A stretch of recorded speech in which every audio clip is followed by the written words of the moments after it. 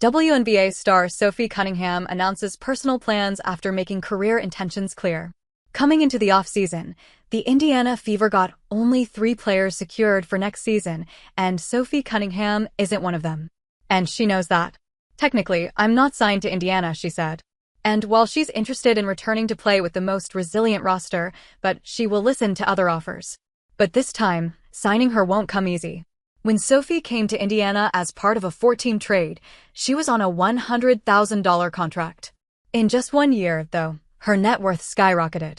She quickly became a fan favorite, also known as CC's guardian angel. And that also helped her with 3 major brand deals: Arby's, Ring, and Spindrift. So, quite evidently, there's a major boost to her net worth. Now, as she heads into free agency, she already has a checklist ready. But this time her goals are quite personal. "The next team I play for, I want a bigger contract so I can buy a house, be homey and cozy," Sophie shared with a laugh on a recent episode of Show Me Something. And honestly, that's not too much to ask, especially when she's got dreams still waiting to be fulfilled. Well, she's maintained a home at Phoenix since despite her trade to Indy, but that chapter's closing now. She's choosing to stay there temporarily for rehab.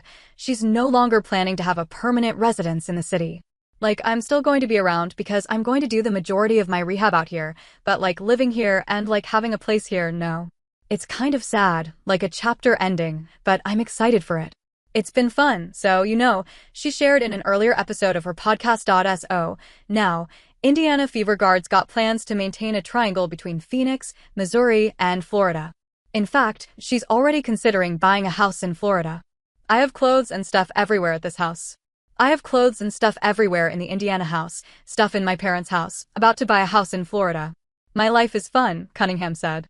She even posted a story lounging on the beach in Florida, tagging it as her future home. Can you blame her? Florida is a great choice for athletes seeking relaxation. However, when it comes to her next basketball destination, things remain uncertain. She didn't rule out major markets like New York or Minnesota. When asked by Wilson, it could be the Liberty. It could be New York City. It could also be the Lynx. And it could be Minneapolis. "Like, you just don't know," Sophie simply replied. "It could be anywhere." And honestly, that's not a lie. With her contract situation still uncertain, it really could be anywhere. But the real question is, will she get what she's asking for? Well, a bigger contract isn't a stretch for Sophie. After all, she's provided Indy with the defense and shooting depth they needed across 30 games. She averaged 8.6 points, 3.5 rebounds, and 1.2 assists per game before her season was cut short by a knee injury in August. For a player who's proven her value on both ends, asking for a raise isn't exaggerated, it's earned. Sophie first entered the WNBA in 2019, signing a 4-year rookie deal with the Phoenix Mercury worth $189,522. As she worked her way into a key role, the team extended her contract for 2 years, 2023 to 2024, offering her $304,500.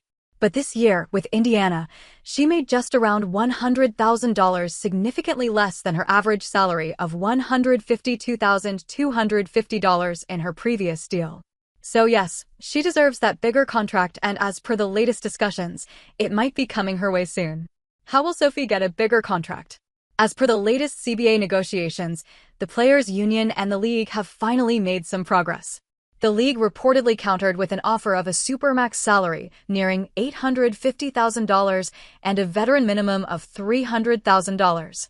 If this offer holds, it could mean a major boost for Sophie Cunningham, who's entering her 8th year in the league. But salary isn't the only win on the table. The players' union is also pushing hard for an equity-based revenue-sharing system. Currently, WNBA players earn around 20 to 25% of the league's profits, and the union is making it clear that this number is becoming non-negotiable.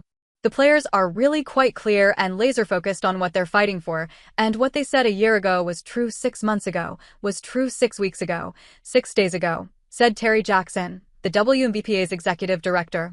So, while a new CBA isn't finalized yet, both sides have agreed to a 30-day extension to continue negotiations.